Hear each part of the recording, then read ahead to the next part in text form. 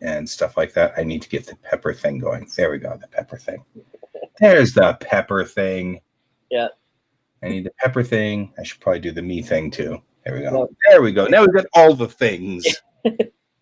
Yeah, we were talking basically yesterday. I had to make like emergency doctor's appointments because I've never had a live child in my life, and apparently before you have a kid, you have to have a couple of vaccines, a minimum of 2 actually, according to the adoption agency.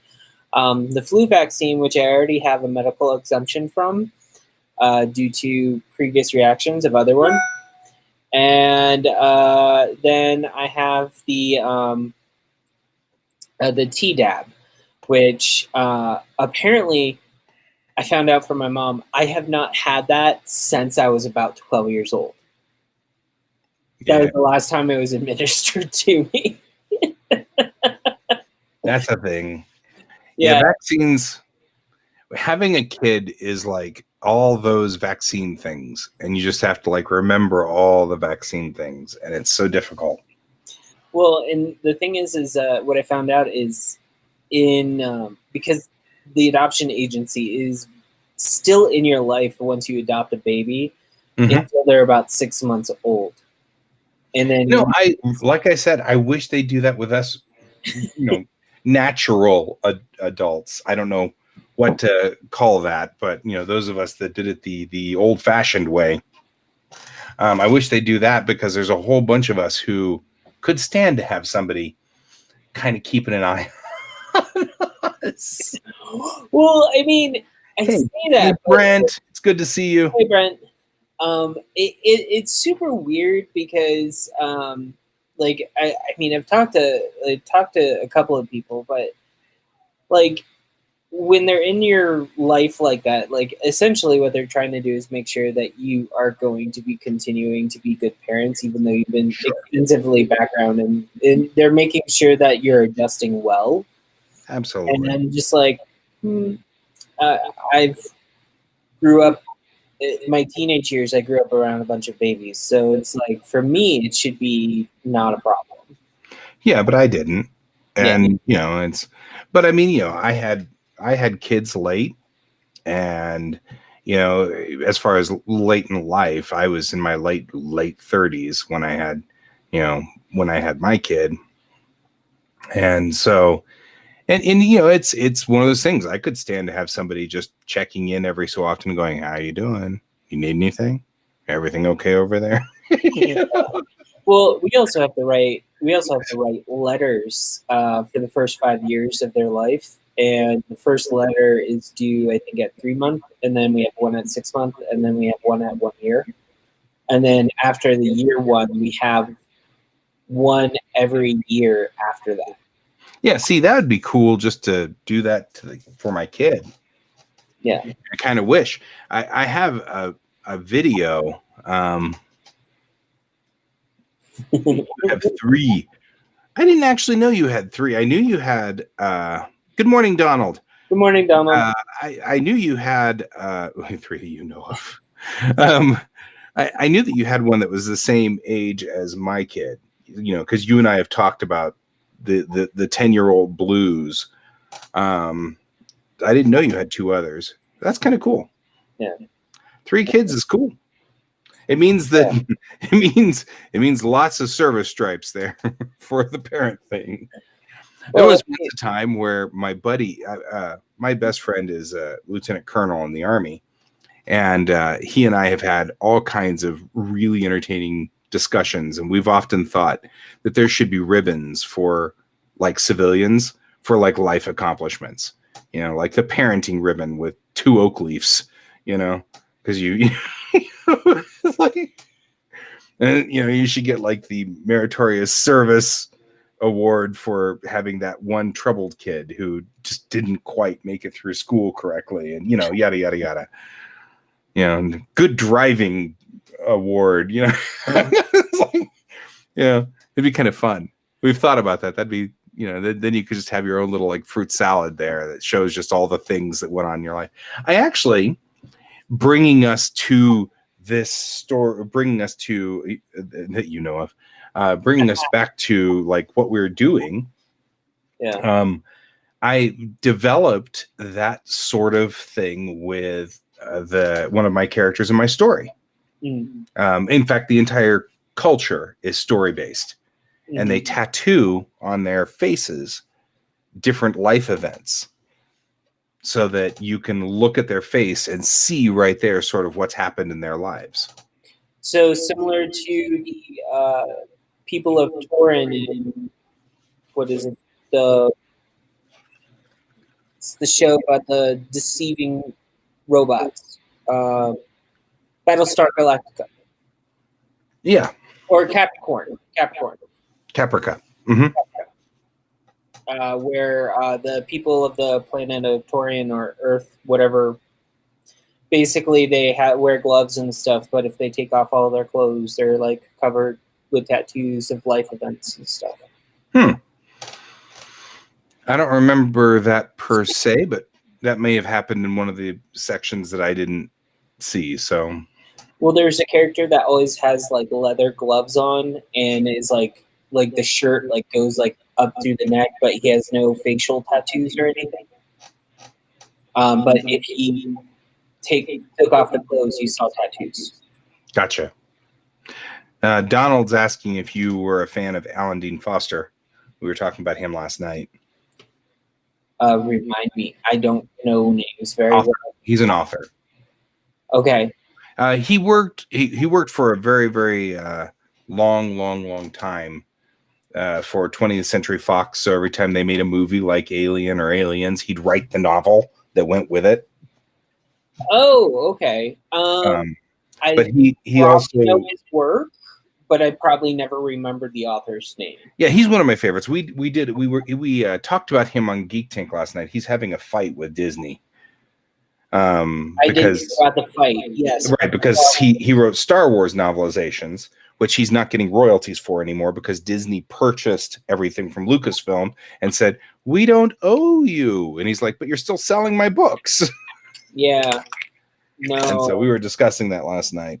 Honestly, I think that whole situation is horrible. Is that echo coming from me? No, it's me. Probably me from my microphone. Because yeah. I'm not hearing the echo at all. Okay. Yeah, I think that situation kind of sucks for the author because for him because like I know people that have read his work through the Star Wars novels. Sure. And I know a lot of people who like got me to read some of them. Yeah. And I believe that Disney in purchasing should still be giving royalties to and honoring the contract of the person who wrote them. Absolutely. And, It's just, I think that's what Donald's just referring to, is just seeing whether we're still talking about the Geek Tank thing. I think we were all pretty outraged by all of this. I mean, I've been a fan of ADF since I was a kid. He was one of my gateway authors. You know, you read little kids' books, and then all of a sudden you start elevating up. And he wrote a series called the Flinks series, which was about a kid and his mini dragon, who the mini drag was actually a life form, alien life form, and they got into adventures and did stuff in this science fiction world, where it was very sci-fi, as opposed to fantasy, which really kind of gatewayed me to harder sci-fi. Which reminds me, we lost Ben Bova over this last week. So, sorry, it sounded like you were talking about drugs. Drugs, yes. Well, science fiction can be. Well, we just had a comment with a discussion with a group of friends back in Florida. They have a 6-year-old, and they've gotten him addicted to playing World of Warcraft. Right. Well, games can actually act. I mean, I know that's kind of a, but then I actually have been seriously having problems with my 10-year-old having effectively withdrawal symptoms because I've taken away his. He did some bad things, you know, just like all kids do. Nothing out of the ordinary. But he's on restriction, and he's starting to do but what can I do if I don't have my games? If I don't have my games, I've got nothing. I can't do anything. I'm gonna just sit in the corner. And I'm like, dude, you really do sound like you're going through withdrawal. It's like yeah, it's kind of scary. So though we make jokes about it, the truth is it can really, there's a certain amount. Anyway, in the case of reading, I guess really you could go through reading withdrawal, and that probably would be sucky. However, I don't know if that's necessarily something we're worried about. Anyway, but what is reading withdrawal? Right, I know, it's like I don't know if you can. Anyway, TLDR. Yeah. That was what we were talking about. Also, we didn't get to talk about this last night, but Ben Bova passed away. He contracted COVID, and COVID wiped him out, and that was pretty sad, and it made me sad because Ben Bova is one of my favorites as well. He used to co-write with Arthur C. Clarke. He did a lot of the Rama series stuff and helped with that, but he was also a hard sci-fi writer, and the hard sci-fi writers are really cool in my book. They're the ones that once I moved from Alan Dean Foster, I moved into hard sci-fi. I was into Frederick Pohl and Arthur C. Clarke, Isaac Asimov. That was the genre I went straight into.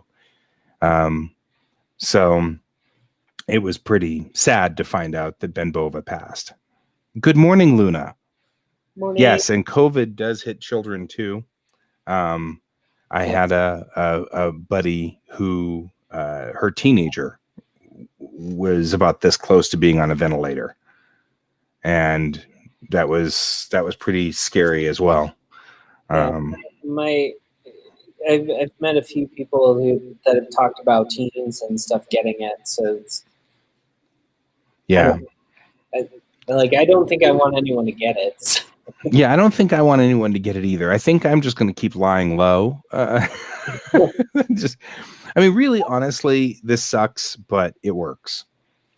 Well, I posted a video from YouTube from a band in Russia called Little Big yesterday, and it's just for friends to see on Facebook. But if you look up Little Big on YouTube, they have the perfect thing to sum up 2020. Yeah, well, Arecibo crashed. That was a perfect 2020 thing to happen. Arecibo was on my bucket list of places to go. The VLA and Arecibo, and so losing Arecibo was like, really? Did you watch the video of the wire just snapping? Oh yeah, with the drone. The drone that happened to be looking at the cable when it broke. Yeah. That was like the weirdest thing for me to watch. Right? It's like, this can't be happening. Well, and it's so funny because somebody was saying that's kind of convenient, and I'm like, you don't understand scientists. They probably had the drone up there to figure out how to engineeringly fix this problem when the cable snapped. A lowrider style spaceship. Luna, I'm sorry that you had to go through COVID. Oh no, Luna got COVID? That's brutal, dude. I'm glad you survived. Well, I guess I hope you survived because you're not suffering COVID now. Yeah. I know one of my friends said that it was one of the people that I know, like, interact with for like events and stuff. He said that it was like having an elephant on your chest, like one moment and then being fine the next. So. Oh, maybe I did know that. It was back in October. Luna, I don't remember things. I was a mammal back then. I know that. I forget stuff too, Luna. So I'm sorry if you told me. I probably never meant. I never. Sorry. Yeah, I don't know. Well, or maybe she said it and I didn't register it. I feel like I'm at overload like most of the time now, and so people will say 10-year-old. things that are like life changing. My mother died, and I'll be like, that's so sad to hear, blah, blah, blah, blah, blah, blah, blah. And then like 3 weeks later, I'll be like, where's your mother? She died. I told you that. And I'll be like, I'm so sorry. I will chalk it up to you are being in your house and you Yeah. can't really leave, and you have a 10-year-old. Well, that's I think it's an extension of daddy brain. Yeah. We talk about daddy brain a lot. Daddy brain's where you just don't have enough brain cells to continually run your kid's life, your life, and everybody else's awareness. Okay. Well, that's good to know that you're better now, though. Yes, that is good. So I remember the episode of Geek Tank that we were doing, Luna, and I remember you being ill, but I guess I just did not register that it was COVID. So, well, I'm glad you survived it. I'm glad you didn't die. So Luna, to answer your question about Arecibo, the truth of the matter is Arecibo was built in 1964, and though a wonderful telescope, it is not as good as the Spitzer or the James Webb or Hubble or any of the orbital telescopes now. As far as technology goes, it would require a better design all the way across the board. More importantly, they probably shouldn't have it in that location in Puerto Rico because it's obviously been hit by hurricanes a number of times, and it might be better to stick it somewhere else, someplace that doesn't have catatonic feline purring techniques. He did pose very well over here. He's sitting on the stool right here, and he's just looking at me like, what? So I took a perfect picture of it and posted it to Facebook. So there's that. Trying to keep my goal of keeping Facebook full of spaceships and kittens. It's my ongoing goal of making Facebook a better place. Anyway, so TLDR there, Luna, they've talked about rebuilding Arecibo, but if they do, they probably shouldn't build it there. That just happened to be, it's equatorial, and that's really the whole point, was to keep it close to the equator. Well, honestly, if they do rebuild it, they're going to have to rethink how to place it. Well, and they'll have to rethink all kinds of stuff, like, how do you, and the technology is completely different now, and and everything like that. Radio telescopes are great, but the best way to do it would be to set up 3 radio telescopes like Arecibo at equidistant points and have them become one large telescope that has a diameter of hundreds of miles. I mean, and like Brent said, they could stick it in Arizona. Yeah, Arizona is a great place for a lot of things. That's where the VLA is. VLA is in New Mexico, but that's the whole reason that the VLA is out there, is because it's dirt and dry, and the only thing you have to do is pull scorpions out of the machinery every so often. I mean, I visited the telescope in Arizona, and I have to say they have a lot of merchandise about Pluto being wrong. That's true. I mean, I had the Lowell buildings and everything like that. They were fascinating for me to see. So the truth is, Donald, that is actually what the next battle plan is for the replacement of Arecibo, is to put it on a crater on the far side of the moon. It still has the same effect. It's still outward looking outside of the Earth-Moon system, but it wouldn't have atmosphere to disrupt it, and it wouldn't have the moon to disrupt it. I mean, frankly, when you have an earthbound thing, you have a huge gravitational object that keeps getting in the way. So, At least once a month. yep. So if you're trying to listen to a spot in the sky, yeah, maintenance would be a little difficult. Although Chang'e just landed on the moon and retrieved samples, and the samples are on their way back, which is kind of cool. Honestly, I think we need to start looking at the possibility of a moon base. Yep. I really do. A permanent installation on the moon. Actually, NASA is gunning for that right now. Well, NASA's gunning for that. And Elon Musk, creepily, has just said that he's thinking they will have an unmanned flight to Mars in the next 4 years. He's creepy. He's scaring me, man. The thing is, he was like, you know what? We're gonna create a rocket that returns to Earth, and we'll have it in the next 2 years. And we were all like, and then 2 years later, he landed a Falcon 9 on a ship out in the ocean. And I was like, and then he was like, and then 3 years from now, we're going to have a man in orbit on a manned flight on our ship. Well, that's what just happened, right? Yeah. The first crew flight of a Dragon just happened 2 weeks ago. Yeah. No, Chang'e was not a human landing. It was a robot. Yeah. But the robot picked up samples and is returning samples. But the Chang'e came up on a Long March, which is a big Chinese rocket, and they managed to get to the moon with the Long March, which means that yes, Starship is supposed to belly flop today sometime. I love one of the things that I'm adoring about SpaceX is they're like, hey, we're going to crash a rocket today. You want to watch? And you're like, what? And they're like, we have to learn what happens.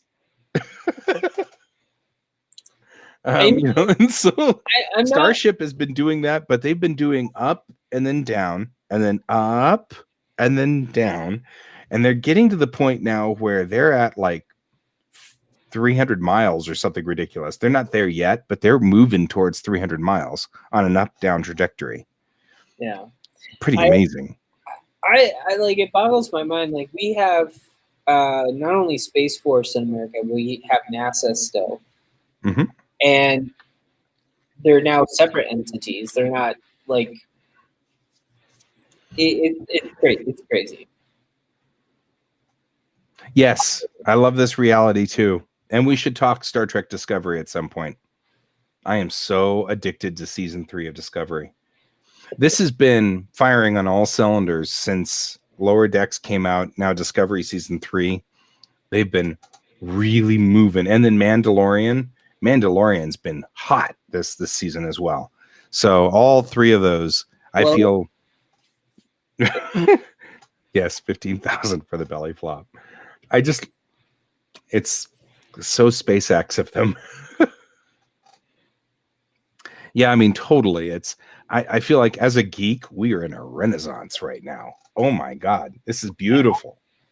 I think what it is, though, is it's like this resurgence of, because I noticed that, like, if you go back and look in comic books, you look in science fiction writing and stuff like that, it all, like, the sudden just, like, creepily, like, came to a head when we started exploring space. And then as us as a society started less and less in space, we kind of drifted away, and now it's like coming back full hog. Yeah. So I think it's a good thing. I'm not saying it's bad. I'm saying yeah. Oh no. This is beautiful. And not only that, when Discovery ends, we're gonna have Expanse season 5. And I mean, I've got like something to watch on a show every week from August, which is when Lower Deck started, all the way through to January. I don't know what's going on after January, but right now I've got something in my, my wheelhouse. I've got something constantly from August all the way to January. That's pretty cool. Yeah. And that's nice. I've never had that, We just need Christmas episodes of sci-fi nature. Well, that would be Doctor Who's wheelhouse. Doctor Yeah. Who loves to do Christmas episodes. There's always a Christmas episode. I want them to just say that, Santa Claus is a Time Lord and It's always something. Santa Claus is doing something in every something. It's very funny. Anyway, this year they're bringing back Jack Harkness. Yeah. So, Yeah. which everybody loves Jack. So that's a big fan favorite and stuff. I love the actor, so I mean. Picard starts shooting in January. Yeah. So that's not gonna they won't be able to show us that'll be the end of 2021 is where that is. So watch out for Skynet. Matrix 4 comes out on December 25th. Yep. And we've got Wonder Woman 1984 coming out as well, and I don't know where, when, or how that's working. So from my understanding, I think a lot of this is being picked up by HBO Max and then select theaters who their state social distancing, correct stuff. Yeah, I mean, I know our theater near us basically is shut down again, and I feel bad for them. Yeah, I do too. Well, like the Alamo, they just opened an Alamo right up here in Westminster, and I was so excited, and it just opened in July of last year. So they had 6 whole months before they had to shut down, and they've been out of commission this entire time. And the Alamos are my favorite. Yeah, I mean, HBO Max for Wonder Woman, which is I may actually pick up Max for a month and watch all the things because I want to watch Westworld and I want to watch I've seen all of Game of Thrones. I didn't mind the ending. I mean, it wasn't like awesome, but I didn't mind it. But I also wasn't invested. You know what I mean? I wasn't super I've never been a fantasy guy. I mean, that's kind of like, I like fantasy, like it's peripheral, so I enjoy it. I'd rather watch fantasy than a romance any day. I mean, I watched the ending, and you're right. Like, I was not emotionally invested in any character, really. After the Red Wedding, pretty much I kind of felt like people get killed for the sake of just having a murder. Right. And I was just like, all right, well, I'm done. Emotionally investment is done. So, like, however they ended it, I was going to just basically be like, all right, well, they ended it that way. Yeah, I mean, I don't know. I mean, I watched all 8 seasons because I borrowed the discs from a friend. And so I just put it up on my little DVD player over here. And while I was drawing, I'd watch the episodes while I was doing drawings and doing commissions and stuff like that. And it took about a year. Yeah. But I caught up on all of it. The last season was dumb. So, I mean, like I said, I didn't have really a dog in the race. I don't know. Actually, I'm not a fantasy guy. If you would like to know what I'm actually super stoked to see is December 31st. Just so that you can get rid of 2020? December 31st of 2020. They're releasing the last part of Sabrina, Chilling Adventures of Sabrina the Teenage Witch on Netflix. And it's the Eldridge Terrors. Gotcha. Storyline. And I'm super excited about it.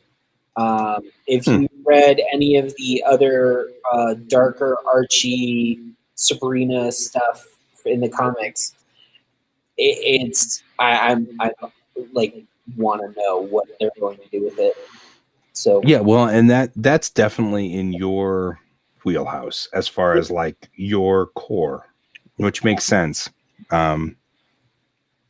Yeah, and that's the thing that's so interesting is when we were geeks back in the 80s, you pretty much had to like everything because there was 79 episodes of Star Trek, 3 movies, and 3 movies of Star Wars.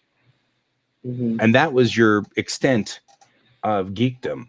And then the Transformers movie came out and you're like, ooh, we can add that to this. And and then Aliens came out. Ooh, we can add this. But you ended up having to be a fan of all of that because that was all that you got. Yeah. It was going to be another year before Terminator came out, and then you'd get that.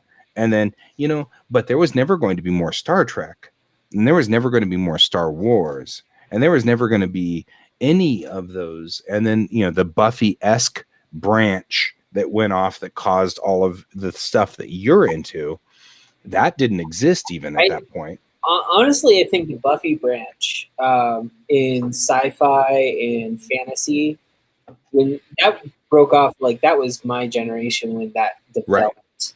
And I think, right, but I mean that's sort of what I'm getting at is now I can kind of rest back and concentrate on Star Trek. There on December 22nd, I think it's December 22nd. That episode of Discovery will be the 800th episode of Star Trek. I mean, and that's if you count the movies as one episode. Yeah. But it's going to be the 800th episode. And that's amazing to me. I can sit there now and literally, if you watched every episode of Star Trek back to back 8 hours a day, it would still take you like a year and a half to go through the entire run. I beg to differ. Right? Well, you don't have to. But what I'm trying to get at is, I know what you're saying. But like there are times in my own house where I'll walk into the room and like Bill will have Voyager on in the background and it will be there for like a month. And then the next month it will be classic. And then it will be Next Generation. And then but I mean the thing is that it's still and Luna's saying there's way too many things to watch. And actually that's sort of what I'm kind of getting at is I hardcore concentrate on Star Trek. I usually watch the new episode on Thursday morning, first thing before my kid goes to school. And then I'll watch it again Friday night with my wife when we watch Mandalorian and Star Trek. So every week I'm watching the episode from Discovery twice. So, by the time we end the run of Discovery, I will have seen the entire season 3 two times. And I'm okay with concentrating on that. But if you think about where I am on Mandalorian, though, I will only see it once. I'll see it with my wife. Right now, I'm watching Man in the High Castle, and I'm watching that, and I'm just kind of fascinated with that story. And I'm just doing that while I'm building models and stuff like that, which is what I've been doing all week, is working in 3D and building all of the things. Yeah, I know American Gods are soon to come back too. So yeah, I watched a little bit of American Gods. It just did not capture my attention like I wanted it to. It's like it has subtle hints of horror and subtle hints of sci-fi, but it's more high fantasy. Not 100% of anything, but it's mainly high fantasy. Yeah. So and Luna's theorizing that maybe this is why there's such a split in the fandoms, because we're suffering from the choice millionaire problem. Maybe. I don't know. I think we should all just kind of calm down. I mean, let the Trekkies be Trekkies, let the Star Wars fans be Star Wars fans, Like don't get me wrong, I can watch Star Trek. I don't mind watching Star Trek, but I still have other things I like watching. Sure. Well, and that's the same with me. Like Star Trek is less important than anything else I watch. My buddy Kevin, who is the engineer on Geek Tank, he's a major Star Wars nut. Knows every detail of every R2 unit or whatever, and can tell you all of this stuff and everything like that. Cool. It's cool. I don't have that much of a vested interest in Star Wars. So he's got a strong opinion on whether the prequels are bad or whether the new ones are bad or yada, yada, yada. And I'm like, I like them all. And he's like, really? And I'm, yeah, I like them all. Because I just kind of went in there going, okay, so this is where the story's going now. Gotcha. I mean, you know what I mean? It's like I didn't have a a dog in that race, really. I mean, if they wanted to hook me, then I think Jar Jar Binks should have been the Sith Lord. I think that would have been awesome too. I think that's what should have happened. That would have. I'm digging Mandalorian. I'm digging where they're going with it. I don't have any, but it's back to that's not my primary fandom. So I let the Star Wars fans duke it out with each other as to which one's worse. And when you ask me my opinion, I'm like, I liked them all. They were kind of fun. But I also sort of am aware that George Lucas created Star Wars to be effectively Buck Rogers. And so Buck Rogers is remarkably cheesy no matter which version of it is. So when you end up with, but the dialogue is stilted, I'm like, have you watched Buck Rogers? Because yikes. I remember watching a few things of Buck Rogers. Right? And they're stilted. And that's fine. Yeah. But that makes total sense as to why Lucas went that way. I'm okay with that. That works. It's a good... I mean, I'm liking. I enjoyed this past Halloween. I found out that the Peacock Network, if anyone has Xfinity, it's free for you. But basically, they put Elvira's the Elvira show. Brown coats aren't secret. I'm just saying. I will agree that the brown coats are serious. They are hardcore. I know my husband is a Star Trek fan, but he is a Firefly fan as well. Yeah, so I have to say that I wear my brown coat from time to time. Yeah, like I if I ask him a question about Firefly, he knows on how to find the answer. Yeah, I mean, I have a deep love for Babylon 5. However, watching Babylon 5 again now is rough. The CGI is extremely primitive because, of course, that was the original. We're going to do all of this CGI whether you like it or not, and and I really admire them for doing that, but it's dated. Yeah. So I would love to see a B5 reboot. Oh my gosh, that'd be awesome. A B5 reboot would be gorgeous. It's like Battlestar Galactica. I was a major fan of the original Battlestar Galactica back in the day. I loved the reboot because I mean, to be fair, who doesn't love Ronald Moore? But that's a thing. And I liked the reboot just fine. And it was cool. It was really nice. I mean, I will always, but I haven't seen episodes of Battlestar Galactica 6 times. The only one that I think missed the mark, and I know why the reboot was short lived because I think the mark was kind of missed a little, was V. The reboot was really short, which is a shame because the lead character was Marina Baccarin, who was from Firefly. She was Inara from Firefly, and she's now known as Deadpool's main love interest in wife in Deadpool movies. Right.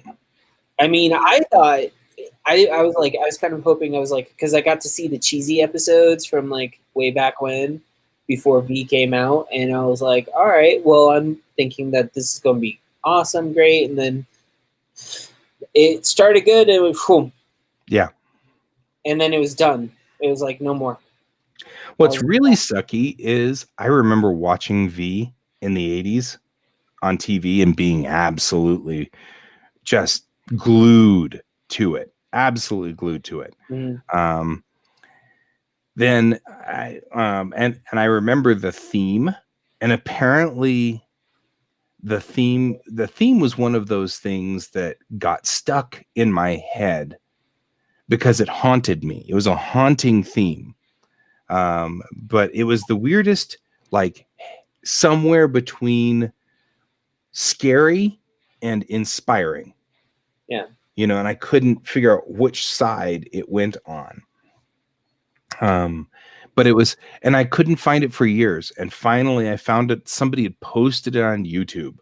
And apparently the theme for V was written by one musician, and then they got into a dispute, and so they couldn't release that theme on the CDs. And so for the later episodes, they changed the theme to something I can't even remember. Um, but because of that, you never ever heard the original theme that I remember and could whistle. Even like a year ago, I could still whistle that theme because it was so good. And so it's kind of interesting that weird things like that happen. I remember the day the Earth stood still. I remember the day after. That was a series that Mom was not sure I should watch or be allowed to watch. And what's so funny is watching the day after now, it's kind of campy. And it's sad because it was so scary that it actually made Ronald Reagan change his policies. Because that was so terrifying that it actually altered the way the president operated at the time. Well, I mean, you have to understand, like, sci-fi exploits kind of some of the darkest nature fears that humans have. And when you're talking, like, I mean, Donald brought up Sliders and Stargate series. I mean, let's be realistic. Both of those series, what I just said, kind of tie into that. Like, what if all of a sudden on Earth there was a giant portal that opened up and aliens started coming in and shooting us? You know, The Stand. Yeah, The Stand. Anything Stephen King has like a 50-50 chance of being sucky and a 50-50 chance of being absolutely genius. He's a great author. I'm not going to deny that. I'm just not a fan. Just not a fan of Stan. Yeah, well, and that's fine.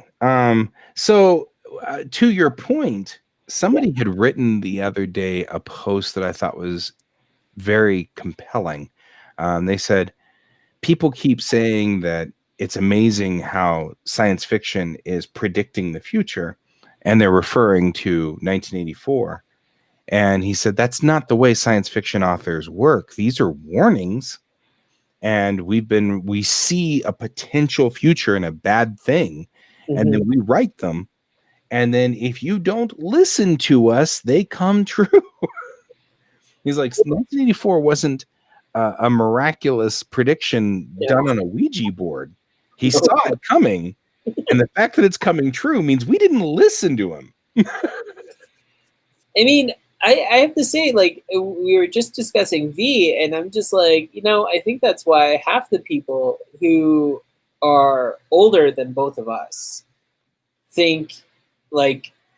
believe some of the stuff that's said, like some politicians are actually lizard people. Right. There's like this line of thinking, like, people don't realize, like, science fiction may have actually caused people to think like that. Right. Well, and I agree. It is sad that Orson Scott Card is having issues, because the truth of the matter is there are two books of his from the Ender's Saga, Speaker of the Dead and Xenocide, are the two sequels to Ender's Game direct, if you don't go into the Shadow of the Hegemon set. But if you just stay with just the primaries, those two books revolutionized a lot of my thinking process as a writer. Speaker of the Dead, I loved the fact that Speaker of the Dead the aliens were so alien. The people, and these are the aliens they were working with next to each other every day. They were working with them all the time, and they were doing stuff every day, and there was still aspects of their culture that just were so alien and so bizarre. And I loved that. I thought that was awesome.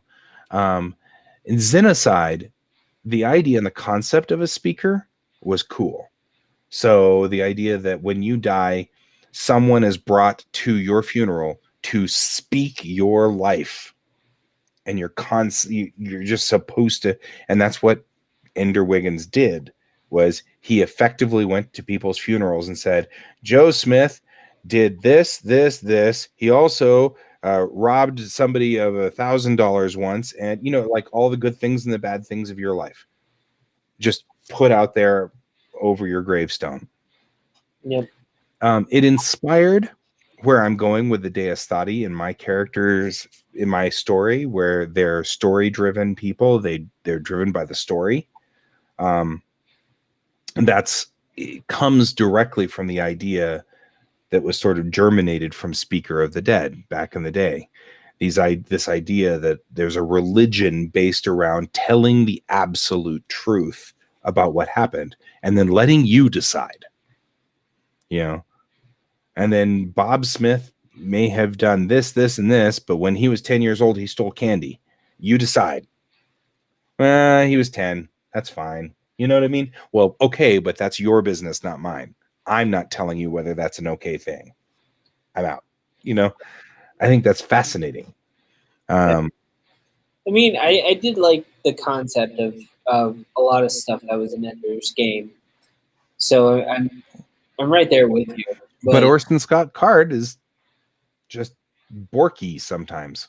Yeah. And he's doing the J.K. Rowling thing where, he said something off color and then doubled down on it.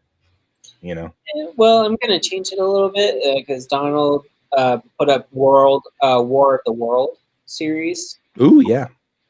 I gotta admit, I thought tripods were outside my window, waiting to get me.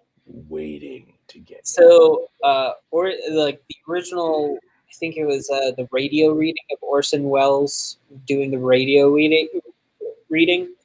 My grandmother had us listen to the original cast, like the basically the recording of Orson Welles actually saying the story. Yeah. And she looked at us because at the time she lived in Boston. So Luna's apparently a teddy bear. I'm just saying. Oh, okay. I don't know. Luna, you and I know. We know what we're talking about. I don't know if I want to be a tree urn, but I definitely want to be in an urn.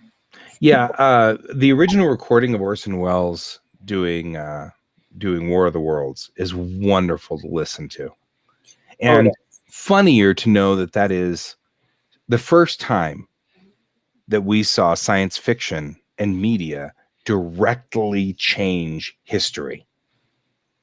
And it's funny because I just had this discussion with somebody again who was whining about Star Trek being too politic, and I'm like, you don't understand. The media is what makes us decide, or as a culture, accept things. And so it's important to have Stamets and Culver because we've normalized two males kissing. That's a real tough one. In the 80s, that could not happen on TV. It was banned. It wasn't allowed. But we're normalizing it now. And we've brought in the character now. Yeah, I know. And it was okay if you had friends who were gay, you got used to it and got adjusted. But if you're raised through the 80s, the media was doing a lot of, gay people are weird and broken and strange. Well, the weird and broken ones, actually, that was stuff that started from the late 40s, 50s era. Right. Because there was literally documentaries on how you were mentally ill. Yeah. And that's the thing is we needed to normalize that. You need to show gay people on TV doing normal things, leading normal lives. It's okay if you are, like some of us, present company included, have friends who are gay and you live their lives with them and you find out, they're just normal people and everything's fine. But if you live in a world where all the gay people are in closets and they can't come out and stuff like that, you never see a normal life. Mm-hmm. You never see things that are operating normally. You don't see just people living lives, being normal people. And so that's what media is so important about. And that's why I get so aggravated when they talk about, well, Star Trek keeps shoving it in your face. I'm like, they're not shoving it in your face. They're just putting out there and normalizing all the things that we've been kind of sweeping under the carpet. I'll be realistic. If Gene Roddenberry was still alive, I think he would have he would have put it in the show way, way sooner. Oh, well, him and George Takei had talked about making Sulu gay. Yeah. During the days of the original 1960s show. But they could not get NBC to even consider that. NBC completely melted down. And George Takei was, at that time, George Takei wasn't out of the closet. He just was saying, hey, it'd be very interesting, Yeah, no. I honestly, between that Nichelle Nichols, the reason why she stayed on to the show, perfect. Luna, you need to watch Discovery. Yeah, I think actually you are watching Discovery, and I think you're making reference to the same thing. I think you're making reference to. Yeah, I think a lot of the things that if you actually, there's a documentary on Netflix about trans representation in shows, Luna. That's actually very good. More recent years, Star Trek Discovery is actually one of the ones that has been cited as better representation. Gooder. You said gooder because I've been saying gooder a lot these last few days. Yeah, well, that's the Florida coming out of me. It's all good. It's all gooder. It's all gooder. It's just I think when you're talking about certain types of representation, you still have a lot of networks that will not do it properly. Yeah. I think one of my friends her and her wife watched the Hulu series Happiest season with that one of the two people in the couple, one was in the closet and one was not. Yeah. She said that it is actually one of the best things that she has watched that is lesbian centric that actually didn't end in a violent or depressing end. Right. So we can sit there and talk about these representations, but we're trying to move away from the depressing manner that writers always put the LGBT community in. Right.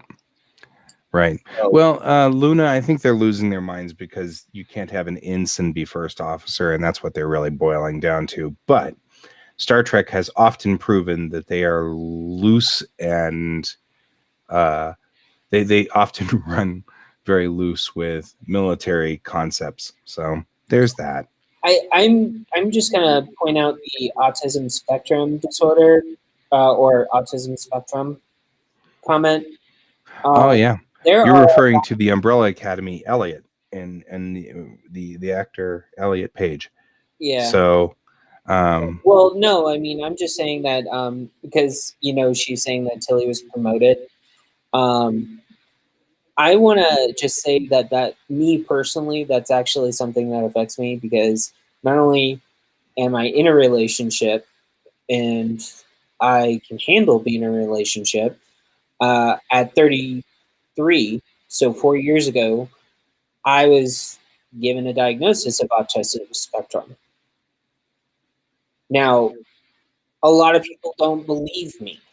There's a lot of people that don't believe me, but there are days where I should not be around people, and I don't. There are days where you're like, no, I am not fit for human consumption. No. I've had those days. Because, for me, it's like I have a hard time sometimes turning off my filters. Yeah. And being mindful of other people, and I'm just snappy, and everyone thinks that I'm just like something's wrong or angry, and I'm like, no, there's nothing wrong or angry, and I'm sorry. It seems like that way, but when you have to explain yourself over and over and over again, it gets very tiresome. Right. And it's like people don't believe you and stuff like that. So, for me, it's like it's great because what it does is it shows that autistic spectrum doesn't have to necessarily slow someone down. And as one of my parents said, like, you just have to work a little bit differently than other people. You know, I was undiagnosed until I was 33. You have Right. to understand something. That is a huge gap. Like, I went Well, through and not only that, childhood it's a thinking, relief. yeah, and I went through my entire childhood of people actually telling me that I was crazy and I was abnormal. I was just an unruly child, and I was like all over the place. So, like, to be realistic, a lot of people on spectrum have an easier time being seen now because Right. of Tilly and other roles like it. So, Yeah, that's. I mean, Luna's saying she's on the ADD spectrum, and I actually think ADD to autistic is a spectrum. ADD is on one side, autism is on the other. Somewhere in the middle is the Asperger's syndrome. yeah, Um, and and I think that's true of me as well. Well, I know that that's true of me.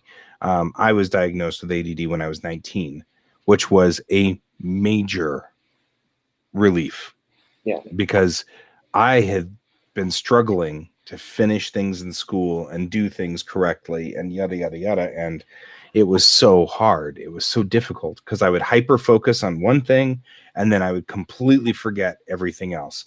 And all the normal things that everybody knows about ADD is, and we just diagnosed my kids diagnosed with it too. So, and the discussion that we've been having is this is a disorder and needs to be handled that way from the neurotypical point of view, as in you can't just say I've got ADD, that's why I didn't finish my work. You still have to find a way to finish your work. You're going right. to have to do it. My stepmom has cerebral palsy, Hmm. and she has had braces or a walker all of her life, Hmm. but she still managed to get her physical therapy um, degree, Yeah, and she's worked with children, and she's figured out ways to lift children and move people even though she can't walk without a walker.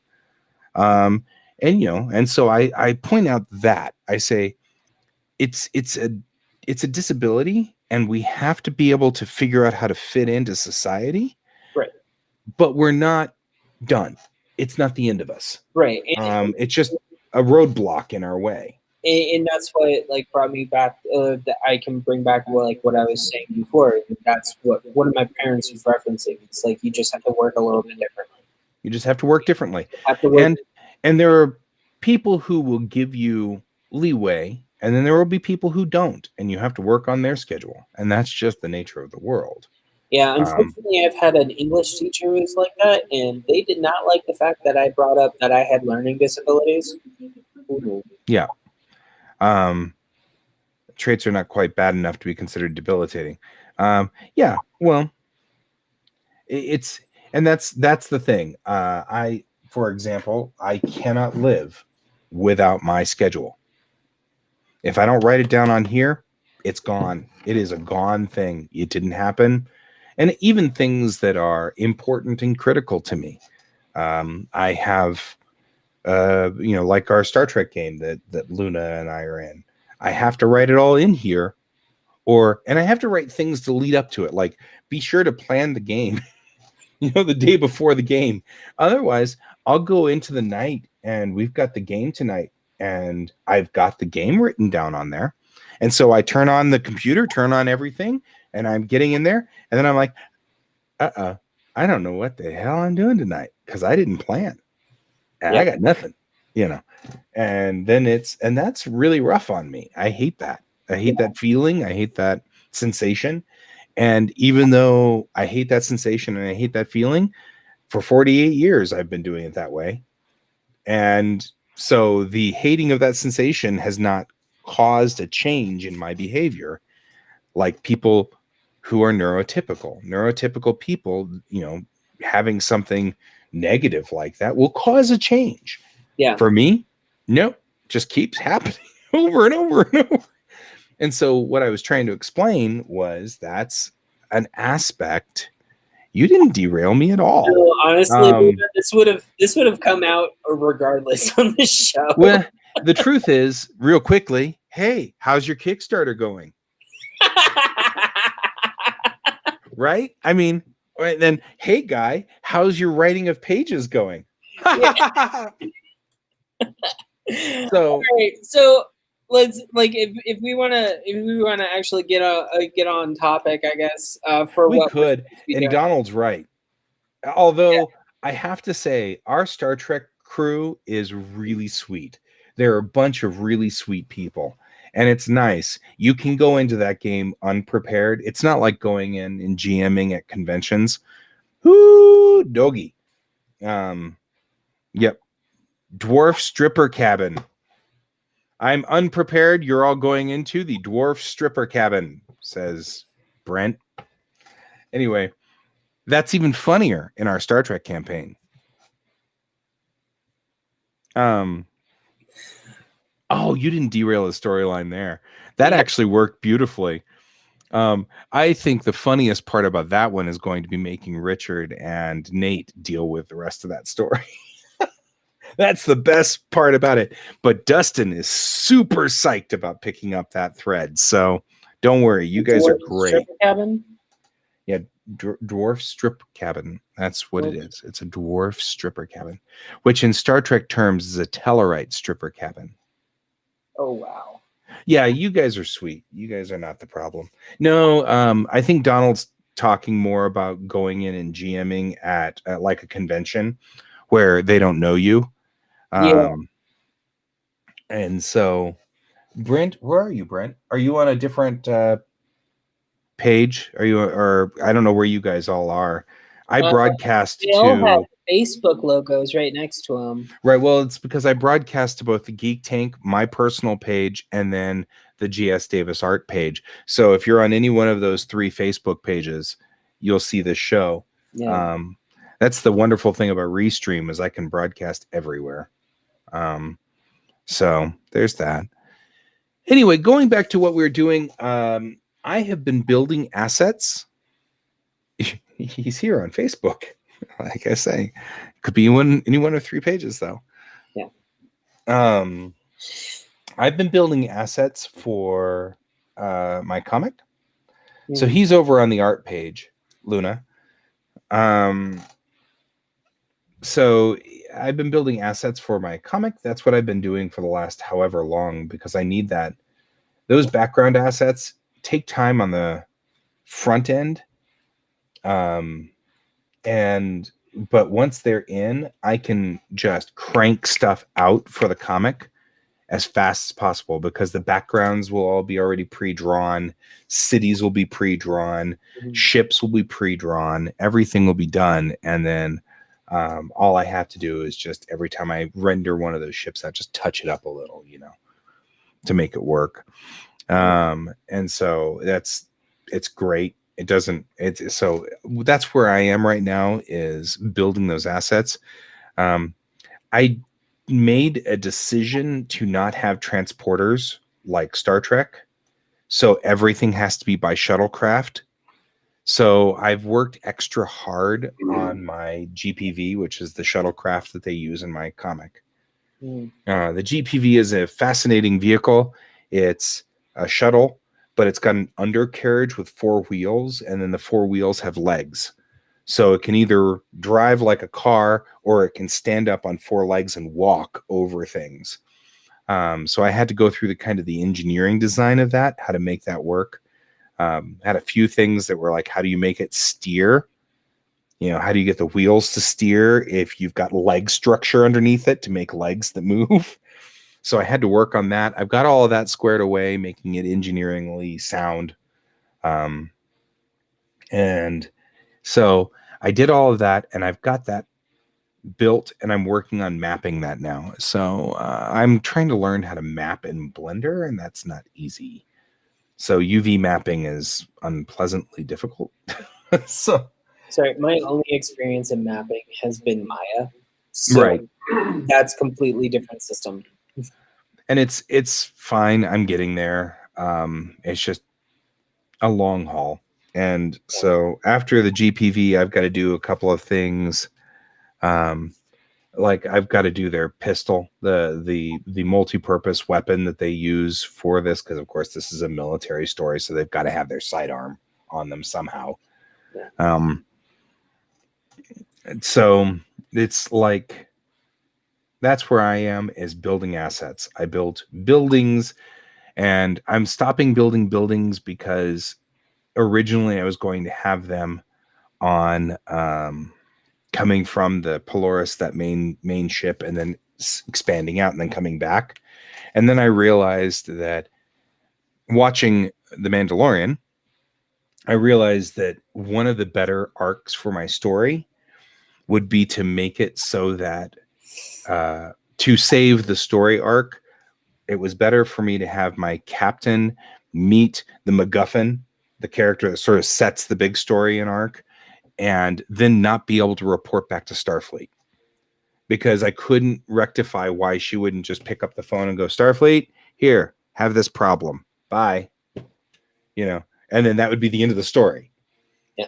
So what I did was I changed it so that they have to go, they go out from the Polaris on like 3-month runs, like a submarine, and then come back. And during that 3-month run, they can only go to telephone booths effectively in space. So this star doesn't have a connection to the wider net. You have to go to the next star over before you can get to a place where you can communicate back home. Makes and sense. So with that correction, the story became so much more clear. I built a map that showed all of the little planets in that area that are part of the Bellatrix core, and sort of set up the 3-month cruise. And when I did, I ended up with all of these great places to pin in my stories.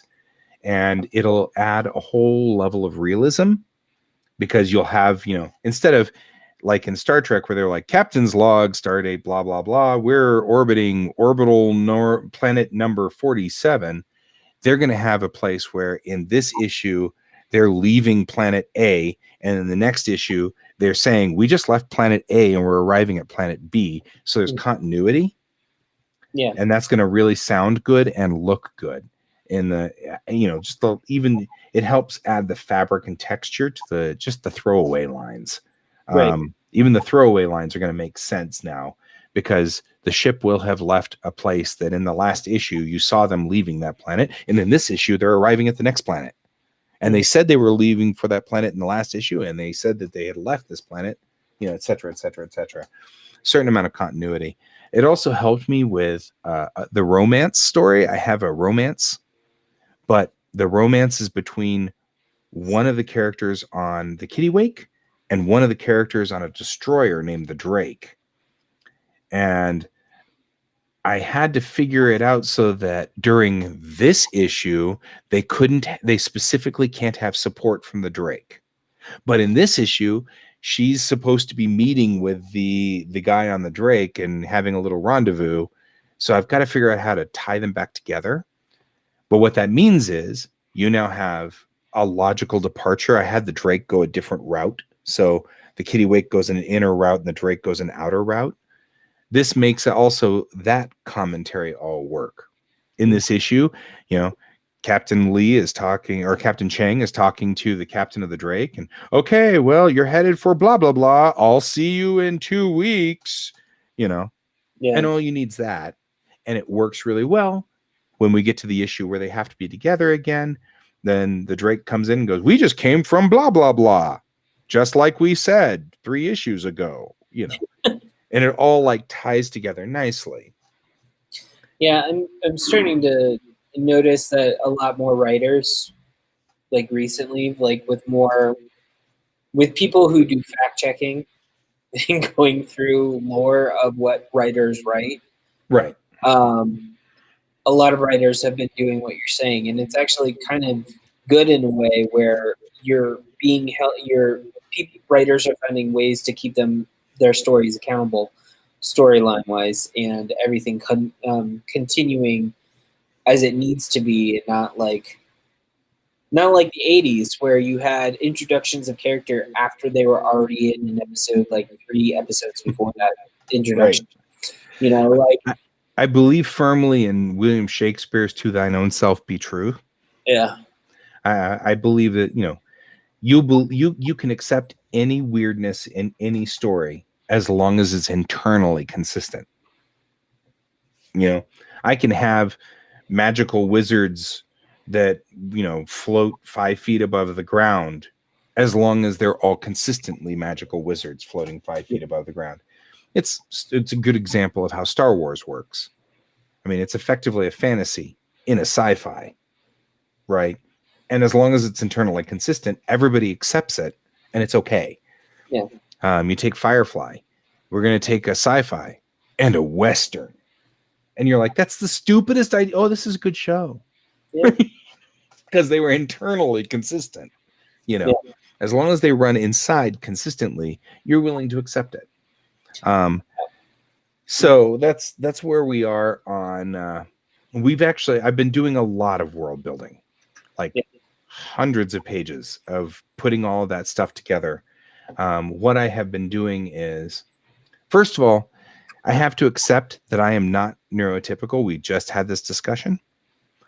I am not neurotypical, and I had to accept that.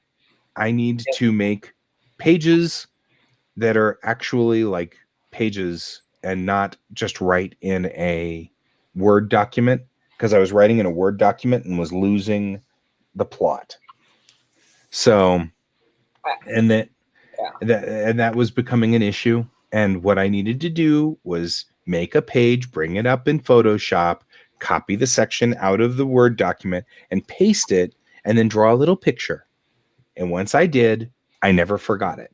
Yeah. But until then, I kept forgetting aspects of my world. It kept wandering in and out and wandering in and out. And I would write things that conflicted other pieces and back to the internally consistent. Yeah. So it's back to what we were saying. Sometimes you just have to do it your way. Yeah. And my way involves a little picture. And it doesn't need to be a big picture. I can just bring the Word document or the Photoshop document over here and sketch real quickly on my tablet, and I don't forget it. Yeah. I think my main issue at this point for getting most of my stuff done is my own brain. But welcome to being an ADD or on the spectrum. Yay! Yeah. Trying to get Project A and Project B when you actually have Project A, B, C, D, E, F, and G. Like that's like, no, let me put some more work on top of it. That's my form of procrastination. Yeah. Yeah, right up here. Those are all the spiral notebooks from all my different projects. Yeah. I mean, I have like a stack right here on top of my scanner that's like this big of projects. So, and then I realized I had realized something recently, that I actually think that I'm actually in the worst place right now because I burnt myself out. Mm-hmm. Towards at some point I burnt myself out and I didn't want to register that it happened. And I kept forcing things, and I haven't really been helpful to myself or anyone else. And I haven't really been helpful towards making new stuff, because everything that I've been doing, it's like I force myself to do it. So I try to do it. So I'm not laughing at you. I'm laughing at Donald. Donald and I have been discussing the test version. So you're a new cadet, and you have to get into that shuttle, and now you have to learn how to walk with the shuttle, because the shuttle has legs and can walk.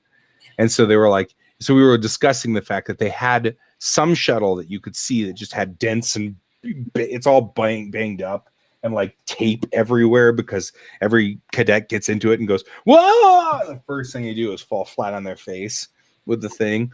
And so he's been coming up with names for it. Although I think the Drunken Mantis was the favorite one of the whole thing. How did you do on the Drunken Mantis? Oh yeah, man, I crashed it into 2 rocks, and I stabbed some poor car in half, and I didn't. Oh, it was brutal. so when you sat there and said that you put legs on it, as like part of the wheels, but there's also legs that come out. I just like pictured all of a sudden like a fake tongue coming out the front Right? and just like running like a dog. But like no, Dog running. I mean now that you're talking about that, it's Oh, this is Luna. This is from my comic. This is what we're doing with my comic. I'm actually going to bring up the aforementioned drunken mantis here. But what had happened was that I was doing my show the other day, and we were working on the mesh for it and trying to build the mesh, and that was what Donald and I were envisioning was what would happen with this drunken mantis. What would be happening with this particular critter. Hang on real quick. I'm actually going to show it here. I'm going to bring it up. Stop being a pest. I'm actually going to go back to Brent's comment about Star Wars as a Western in sci-fi. Actually, I don't necessarily 100% agree with it, but I do think it's a very good space opera that is a family documentary about the Skywalker family. Yeah. So here's what the aforementioned drunken mantis looks like. Okay, I like drunken mantis because of the leg shape. Right. It really should be called. But the idea is that it's got these 4 legs so it can walk on rough terrain. Yeah. Without any issues. Yeah. It's actually something I designed when I was a kid. And by kid, I mean like I was 20 or 21. And I had this idea of a multi-purpose vehicle that was a shuttlecraft, but then it could also go down on wheels and drive around because multi-purpose vehicles, you'd have to assume that the shuttlecraft would land at a base or something, and then they'd be like, well, yeah, but you got to drive 6 miles to the other base, because that's just the way everybody works. So yeah, it's just like that. But I had designed this guy back in 1995 or 96, and that's kind of one of my. I actually wonder if I still have the original drawings for this stuff. It's in my Guy Art folder. Might be in. Maybe. Let's see if I have it. It's some great ships from this time. Man, we were doing this show we were trying to do an animation in 1993, and it was all 3D animated, and it looks very much like Babylon 5. Well, which is kind of one of the reasons why I'm like, well, you know what though, for the time period that Babylon 5 was made, that was actually very good graphics. I just want to point that out there. Well, there is that. I mean, you have to look at the time. At the time, it was the things. Yeah. So, I was hoping it would have been in the unsorted directory, but I don't think it is. That's a bummer. That would have been cool to find that particular critter, because it's from a long, long time ago. I see a lot of things in here from that particular show, though, from 1993. But apparently, so anyway, I designed that guy in 1993. TLDR, he was made in 1993. So, I don't have him anymore. It's a bummer. I know he's somewhere. I'll have to scan him so that we can talk about it, because I think that's kind of fun. Yeah. Well, happy. I hope you can continue hearing us, Luna, as you travel. Yeah, actually, the kiddo is off school at 11:30, and he's got an hour and a half lunch. So I'm gonna probably try to wrap up a little early today, anyway. Well, mostly because I think we're just rambling at this point. So we're rambling at this point. However, but we're rambling in a wonderful way. Well, I We mean, ramble because we ramble. your kid is going to be out from school. So how about this? If you want to end it now, I'm not going to be sad. You know? Well, let's discuss real quickly. What are we planning on doing through the next week or so? Do you have any? What's your art goal? I mean, it can be something as simple as I just want to do one drawing, because I know that we're all like scrambly and weird right now. I'm probably going to have to say I need to get my. Yeah, we did forget to stretch. I need to get a schedule done. Fair. I just need to get a schedule done, and We then live by these. yeah. I also have a secret project that I need to email stuff today too. So A rambling man is a man in motion. That's us. Now I'm going to sing the song from the 80s. You know, a man in motion. oh, I thought you were talking about the Rambling Man. Or that one. That's a 70s song. Though. Yeah. So, cool. Yeah. Just get a schedule going is great. Yeah. I just need to get a schedule going because like I said, I have like projects A, B, C, D, E, F, G. I need to figure out when I need to work on each one of them. Right. From now on. Absolutely. And the email today that I'm going to do for the secret project, you've worked with those people too. So, yeah. Yep. We can talk about that off camera. Yeah, we'll talk about that off camera.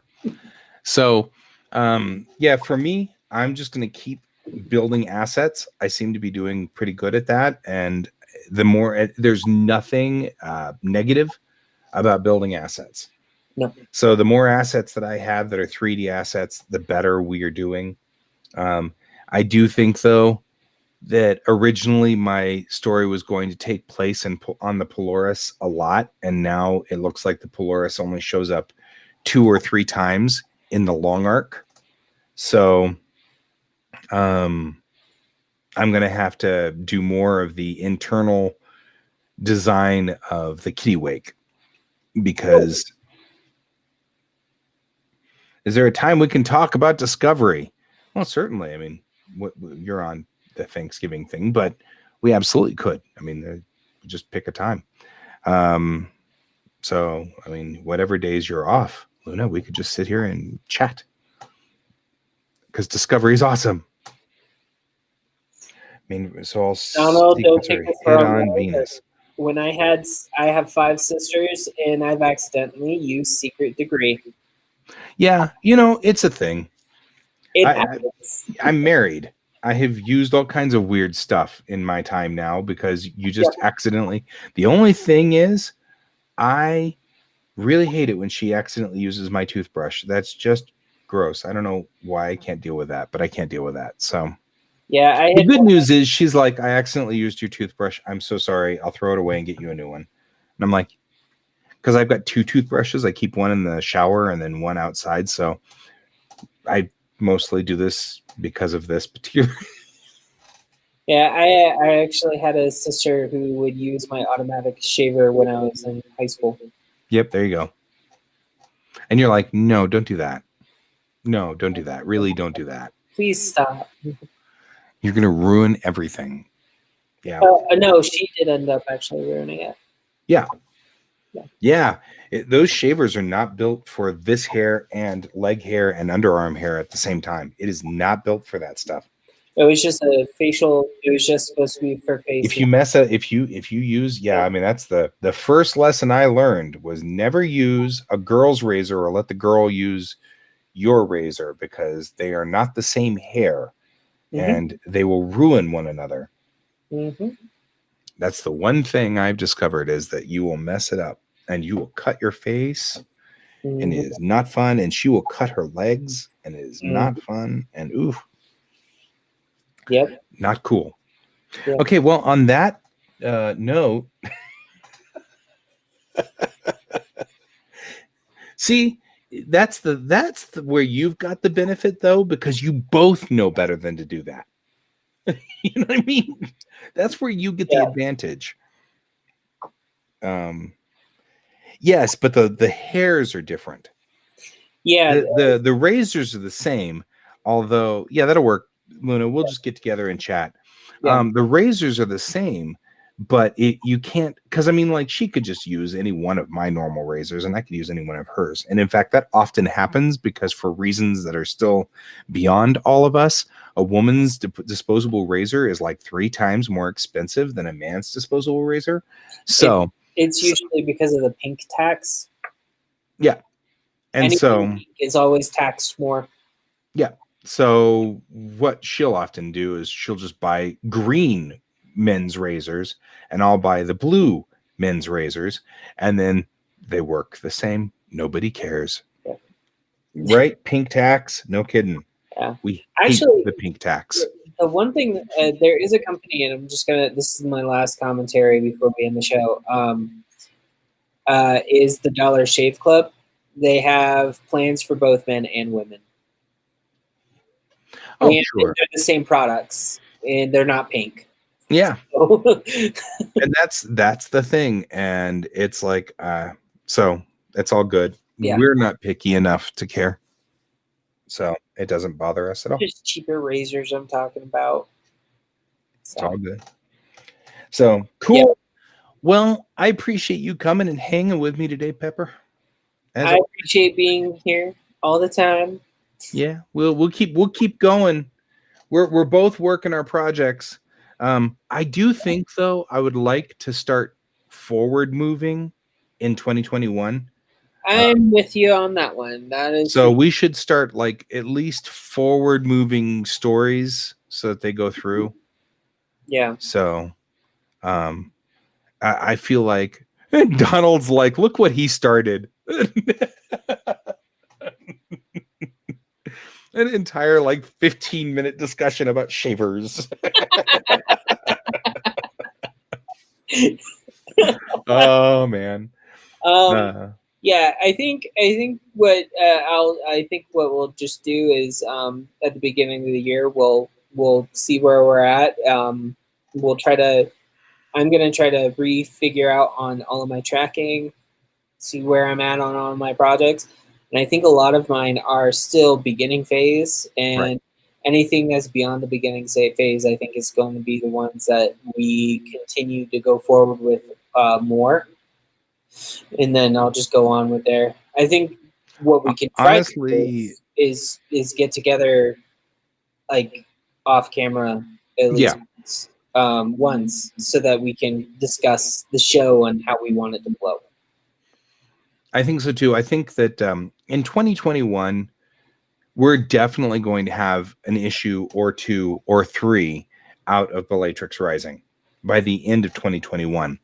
What I want to do is start setting up goals as to when we start the production on our side, putting that together. Well, I'm already in production for 2 projects, so that I know I need to start getting back on. Right. Yeah, and body hair is a weird thing, Luna. I don't know. I mean, personally, what I think will really happen in the future is nobody will care anymore. And the social stigma of not shaving parts of your body will be gone. And that's what I really think will happen in the future. The problem is I have a hard time handling that particular aspect of life, but that's okay. And, you know, I fight a lot of my biases, and some biases I'm like, never mind. It's not worth the fight. It's just not worth it. I mean, so, I'm happy that I have a full beard at this point in my life. Yeah. I mean, I'm just saying that, like, when I draw women, I tend to draw them with shaved legs and shaved armpits, even though I feel like logically in the future, that won't be an issue anymore and no one will care. I think it's also personal preferences. I think it will be. I think some people will, but right now it's a stigma. You know, you can't not do that. People would flip out. And so, yeah. But and it's one of those things where like the intellectual side of me really puts a fight in for that, and then the artist side of me just cannot handle it. And so it's fine. So what I do typically speaking is I just say, okay, I've got a lot of biases that I've gotten over in my day. This is just not one fight that I want to fight.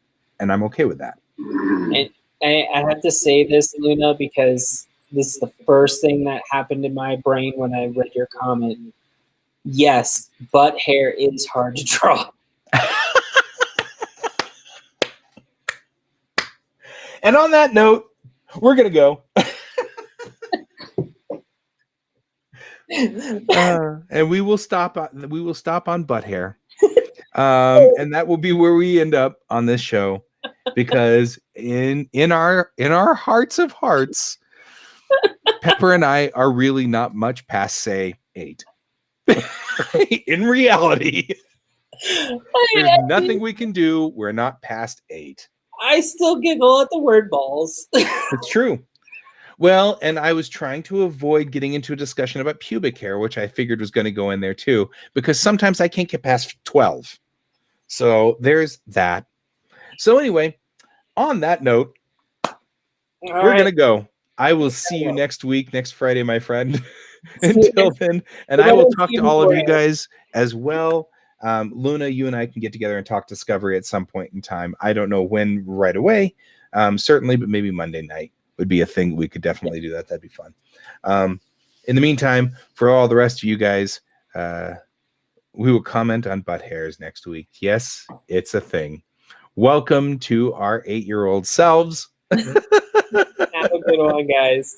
See you all later. Bye, Pepper. Thank you so much for joining me. You're welcome. Have a good one. You too. Bye-bye.